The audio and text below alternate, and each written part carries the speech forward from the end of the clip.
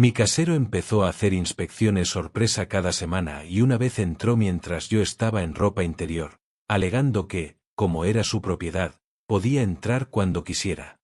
Todo comenzó hace un poco más de un mes.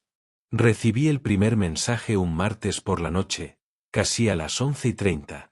Era un texto de Javier, mi casero. Hola, Ana. Pasaré mañana por la mañana para revisar el termo eléctrico. Un saludo. Me pareció raro, porque el termo funcionaba perfectamente y no le había reportado ningún problema. Además, por la mañana era un margen muy amplio. Al día siguiente, llamó a mi puerta a las 8:15 de la mañana. Yo estaba a punto de salir para mi trabajo en la cafetería del centro, con el uniforme ya puesto y un café a medio tomar en la mano.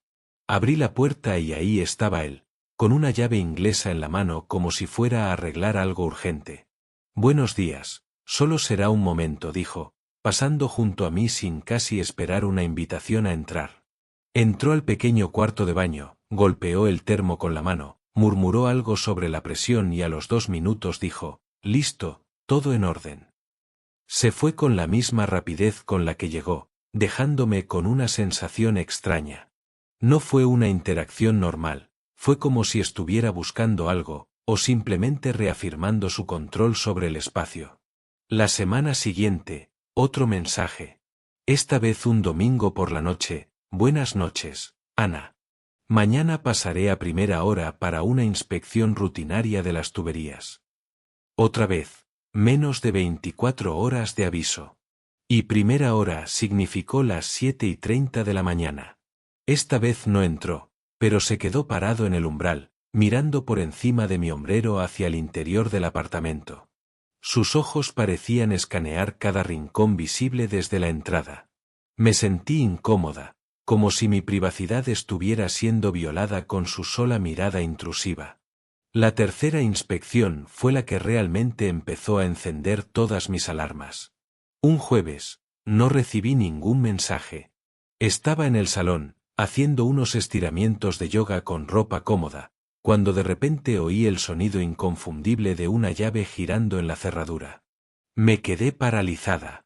La puerta se abrió y apareció Javier. «Oye», grité, incorporándome de un salto. «¿Qué haces?» «Tranquila, solo vengo a revisar el detector de humo», dijo con una calma que me pareció absolutamente falsa. «Podrías haber llamado. O al menos avisarme», protesté, sintiendo como la sangre me subía a la cara, una mezcla de vergüenza y furia. «Ana, es mi propiedad. Puedo entrar cuando lo considere necesario para su mantenimiento», respondió con un tono condescendiente, como si le estuviera explicando algo a un niño. Se acercó al detector de humo que estaba en el techo del pasillo, pulsó el botón de prueba, sonó el pitido, y dijo, «Perfecto». Antes de irse, su mirada recorrió de nuevo la sala. Sentí un escalofrío. Pero el punto de inflexión, el momento que realmente me hizo entender que esto no era solo un casero impertinente, sino algo mucho más siniestro, ocurrió ayer. Era sábado. Me había despertado tarde, disfrutando de mi día libre. Llevaba solo una camiseta larga y ropa interior, preparándome un café en la pequeña cocina de mi apartamento en el barrio de Gracia, en Barcelona. La luz de la mañana entraba por la ventana, y yo estaba en paz, absorta en el simple ritual de ver caer el café en la prensa francesa. De repente, el chirrido de la cerradura. Seco, metálico, invasor. Me giré, y ahí estaba él. Javier, plantado en mi salón, con las manos en los bolsillos de su chaqueta, como si fuera lo más normal del mundo entrar en la casa de alguien un sábado por la mañana. Un grito se escapó de mis labios antes de que pudiera pensarlo. Agarré una chaqueta que estaba colgada en una silla y me la puse rápidamente, cubriéndome lo mejor que pude. «Salga. Salga ahora mismo», dije, con la voz temblorosa por la conmoción y la rabia. Él se encogió de hombros, con una sonrisa casi imperceptible. «Ana, por favor, no dramatices. Esta es mi propiedad. Tengo derecho a asegurarme de que todo esté en orden.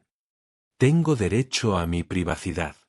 Usted no puede entrar así». Es ilegal, grité, sintiendo como las lágrimas de pura frustración y vulnerabilidad asomaban en mis ojos. Ilegal, soltó una risa breve y seca. Revisaré la caldera. Hubo una queja de un vecino sobre el agua caliente. Dijo esto mientras su mirada me recorría de arriba abajo, haciendo que me sintiera aún más expuesta. Sabía que era mentira. La caldera estaba en un armario en el pasillo, fuera del apartamento.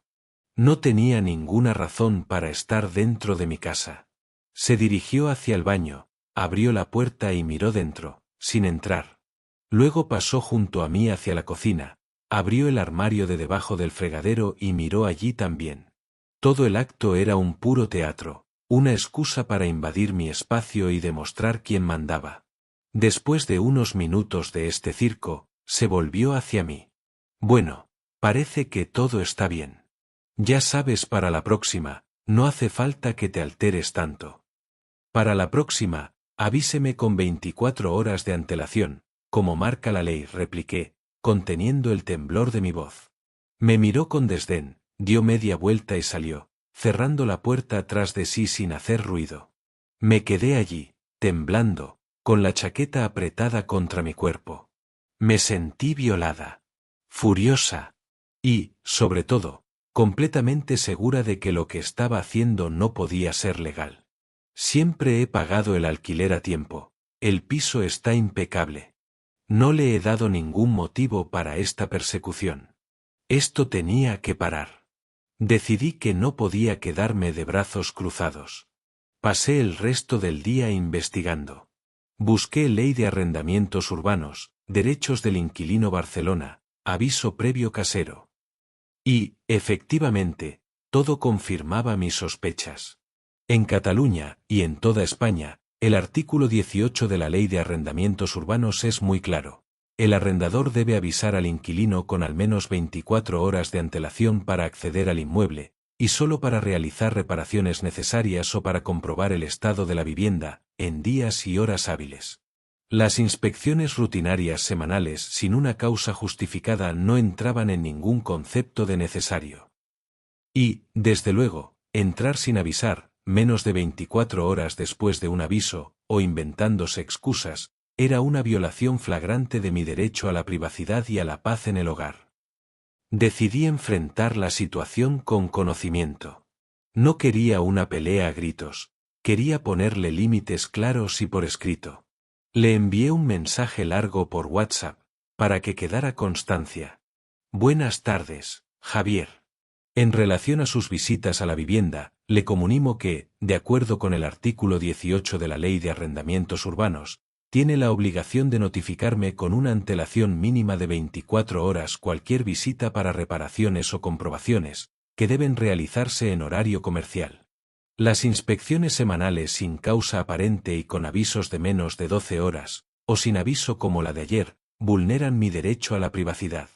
Estoy dispuesta a colaborar en cualquier cuestión legítima, pero debe seguir el procedimiento legal. Espero que podamos entendernos a partir de ahora dentro de este marco. Un saludo. Su respuesta no se hizo esperar, y fue tan agresiva como me temía. Ana, no sé dónde te has informado, pero te equivocas. Yo soy el propietario y debo velar por mi propiedad. Si no estás de acuerdo con mis normas, siempre puedes buscar otro piso. No voy a tolerar que me digas cómo gestionar lo que es mío. El mensaje era claro, un desafío. No solo no reconocía su error, sino que me estaba desafiando a irme. Me sentí aún más furiosa. Le respondí, manteniendo la calma en el texto, no se trata de sus normas, se trata de la ley. Solo le pido que la cumpla. Es mi derecho. No respondió más.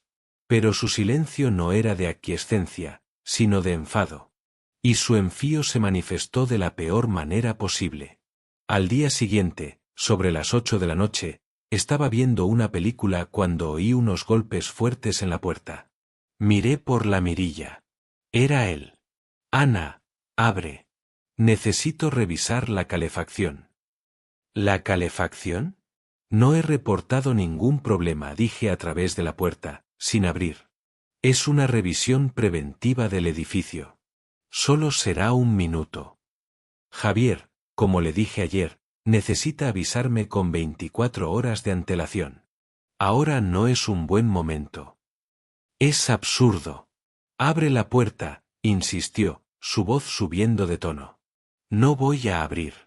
Por favor, envíeme un aviso formal y concierte una cita. Di la vuelta y me alejé de la puerta. Oí cómo resoplaba de frustración al otro lado, y luego sus pasos alejándose por el rellano. Mi corazón latía con fuerza. Esto se estaba convirtiendo en acoso. Empecé a documentar todo. Abrí una nota en mi teléfono, fechas, horas, motivos expuestos, si había aviso o no. Guardé capturas de pantalla de todos los mensajes de texto.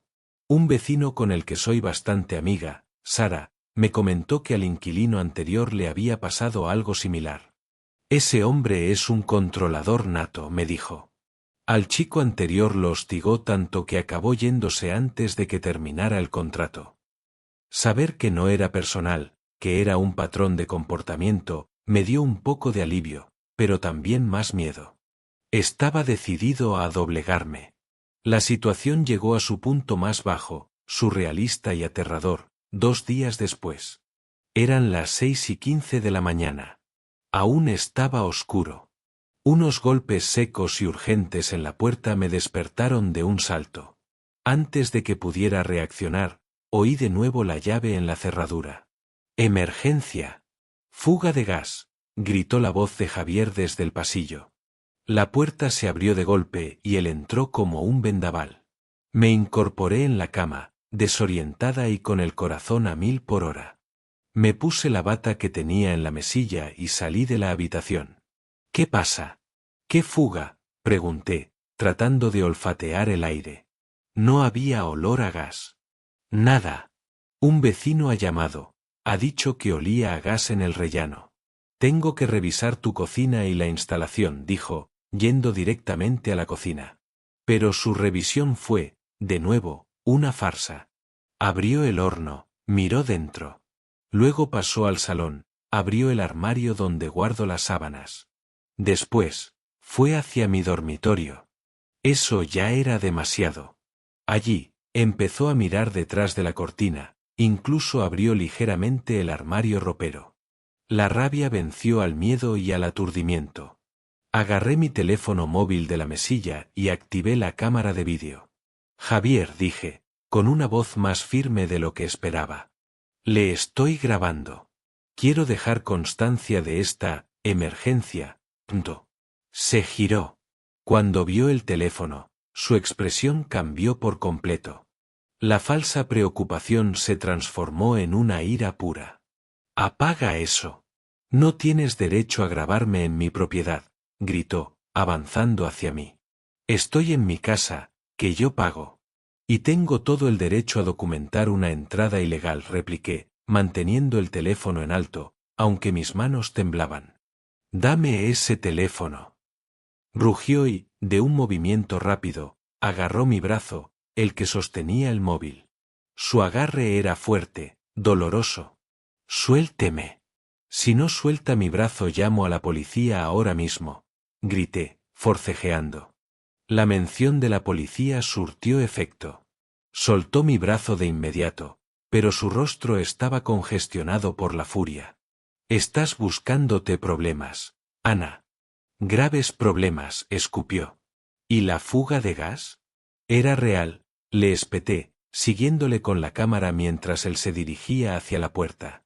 Se volvió en la puerta, con una mirada que podría haber helado el sol. «Tú verás las consecuencias». Y salió, cerrando la puerta de un portazo. Me quedé temblando, con el brazo donde me había agarrado dolorido, pero con una prueba de vídeo incriminatoria en mi poder. No había habido ninguna fuga de gas. Hablé con Sara más tarde y me confirmó que no había olido nada, ni había visto a ningún otro vecino alarmado. Él había inventado una emergencia para entrar a mi casa al amanecer y husmear. Y además, me había tocado. Eso ya era otro nivel. Sabía que había llegado el momento de actuar de forma contundente. No podía seguir viviendo así, con el miedo constante de que entrara en cualquier momento. Busqué abogado derecho inquilinos Barcelona y encontré la web de un despacho especializado. Les llamé esa misma mañana y conseguí cita para esa misma tarde. La abogada, la señora Valverde, fue increíblemente profesional y comprensiva. Le conté toda la historia, le mostré los mensajes, mi registro de incidencias y, finalmente, el vídeo. Su expresión se volvió grave cuando vio la parte en la que Javier me agarraba del brazo. Señorita Ana, dijo, lo que está describiendo es un claro caso de acoso por parte del arrendador. Las entradas repetidas sin preaviso legal, las excusas falsas, la entrada con una emergencia inventada a una hora intempestiva, y sobre todo, este forcejeo físico, constituyen una violación sistemática de su derecho a la intimidad del hogar y, en este último caso, podría incluso constituir un delito de coacciones. Tenemos base más que suficiente para actuar. Me sentí aliviada, como si por fin alguien me hubiera tendido un cable de salvamento. La señora Valverde redactó una carta de cesación y desistimiento formal. Era un documento legal que detallaba todas sus acciones ilegales, citaba los artículos de la ley que vulneraba, y le exigía que cesara inmediatamente toda entrada no consentida y no notificada legalmente. También mencionaba el incidente del forcejeo y dejaba claro que, de no cesar el acoso, interpondríamos una demanda por dichas vulneraciones, solicitando una indemnización por daños morales y la resolución del contrato con todos los gastos a su cargo. La enviamos por burofax, para tener prueba de su recepción, y también por correo electrónico. La respuesta de Javier no fue la que esperábamos. O quizás sí. Fue la respuesta de alguien acorralado y que decide contraatacar de la forma más estúpida posible. 3 días después de que recibiera el burofax, encontré un sobre debajo de mi puerta. Era una notificación de incremento del alquiler. De 750 euros. Pasaba de 650 a 1.400 euros al mes. Una locura. Y en la carta, escrita a mano, añadía, dado su comportamiento hostil y la falta de colaboración, me veo obligado a aplicar esta revisión según la cláusula 7 del contrato. Considérese afortunada de que no inicie un procedimiento de desahucio por estas actitudes. Casi me eché a reír. La cláusula 7 del contrato hablaba de la revisión anual según el IPC, no de duplicar el precio de la noche a la mañana. Y mi contrato era de 1 año de duración, aún me quedaban 8 meses. Esto era, como me explicó la señora Valverde con una sonrisa de satisfacción, retaliación pura y dura. Y la ley prohíbe expresamente a los caseros tomar represalias contra un inquilino por haber ejercido sus derechos legales. Era tan obvio que resultaba patético. Esto es un regalo, dijo la abogada. Acaba de darle más munición a nuestro caso. Ahora podemos añadir la denuncia por medidas de represalia. Envió otra carta, esta vez aún más contundente, señalando el carácter ilegal y vengativo del aumento de alquiler y dándole un plazo muy corto, 48 horas, para retractarse por escrito de ambas cosas, el aumento y las entradas ilegales. La respuesta de Javier, cuando llegó, fue a través de un abogado. Él, finalmente, había contratado a un profesional. Recibimos una carta del despacho Duran y Asociados. En un lenguaje muy técnico, intentaban justificar lo injustificable. Alegaban que tenían sospechas fundadas de que yo realizaba actividades incompatibles con el uso de la vivienda que justificaban las inspecciones. No especificaban cuáles. También mencionaban un historial de plagas en el edificio que nunca había existido. Básicamente, estaban inventando excusas sobre la marcha. Pero lo más alarmante fue el párrafo final. En caso de que su cliente persista en su actitud hostil y en las falsas acusaciones, nuestro cliente se verá en la obligación de tomar las medidas legales necesarias para proteger su propiedad y su honor. La señora Valverde soltó un bufido al leerlo. Esto es un intento de intimidación. No tienen nada. Están intentando asustarnos para que retrocedamos. Pero yo ya no tenía miedo. Tenía rabia, y una abogada brillante. ¿Y ahora qué?, pregunté. Ahora, dijo ella con determinación, demandamos. Preparamos la demanda. Incluía todo: violación del derecho a la intimidad, acoso, la entrada con la falsa emergencia, el intento de agresión, la represalia con el alquiler. Solicitábamos la terminación del contrato por culpa del arrendador, una indemnización por daños morales y psicológicos, y el pago de todas las costas judiciales. Justo antes de presentarla, recibimos una comunicación del abogado de Javier. Pedían una reunión para explorar una solución amistosa. La señora Valverde me miró. Quieren negociar. Saben que van a perder. Asistí a la reunión con ella. Fue en una sala de juntas del despacho de ellos. Javier estaba allí, pálido y con mala cara. Evitaba mirarme. Su abogado, un hombre de mediana edad con aire serio, llevaba la voz cantante.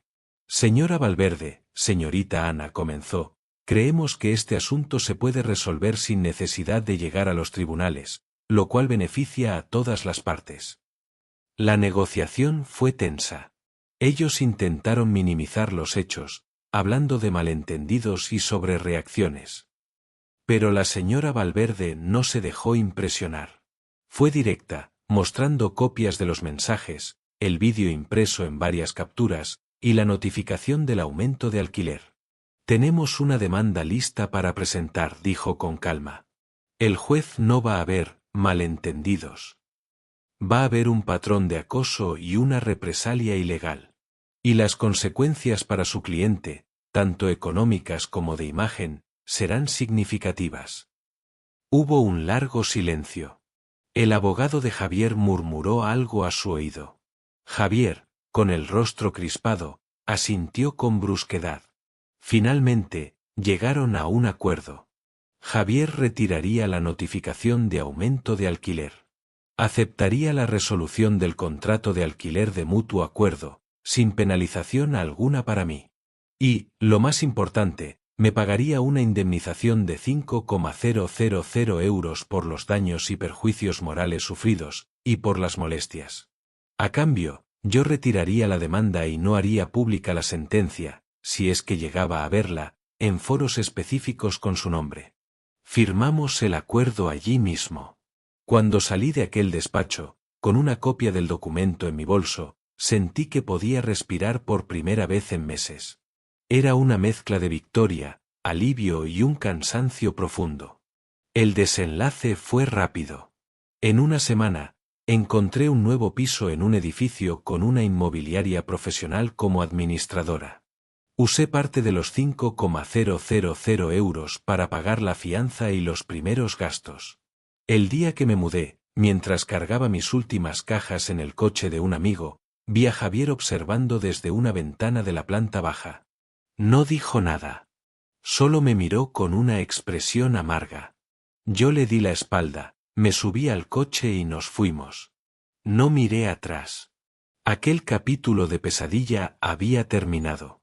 Aprendí una lección crucial: conocer tus derechos y tener el coraje de defenderlos, incluso cuando te intimidan, es la única manera de proteger tu hogar y tu paz mental. El dinero de la indemnización fue una justicia poética, pero la verdadera victoria fue recuperar la sensación de que mi casa era, otra vez, mi refugio.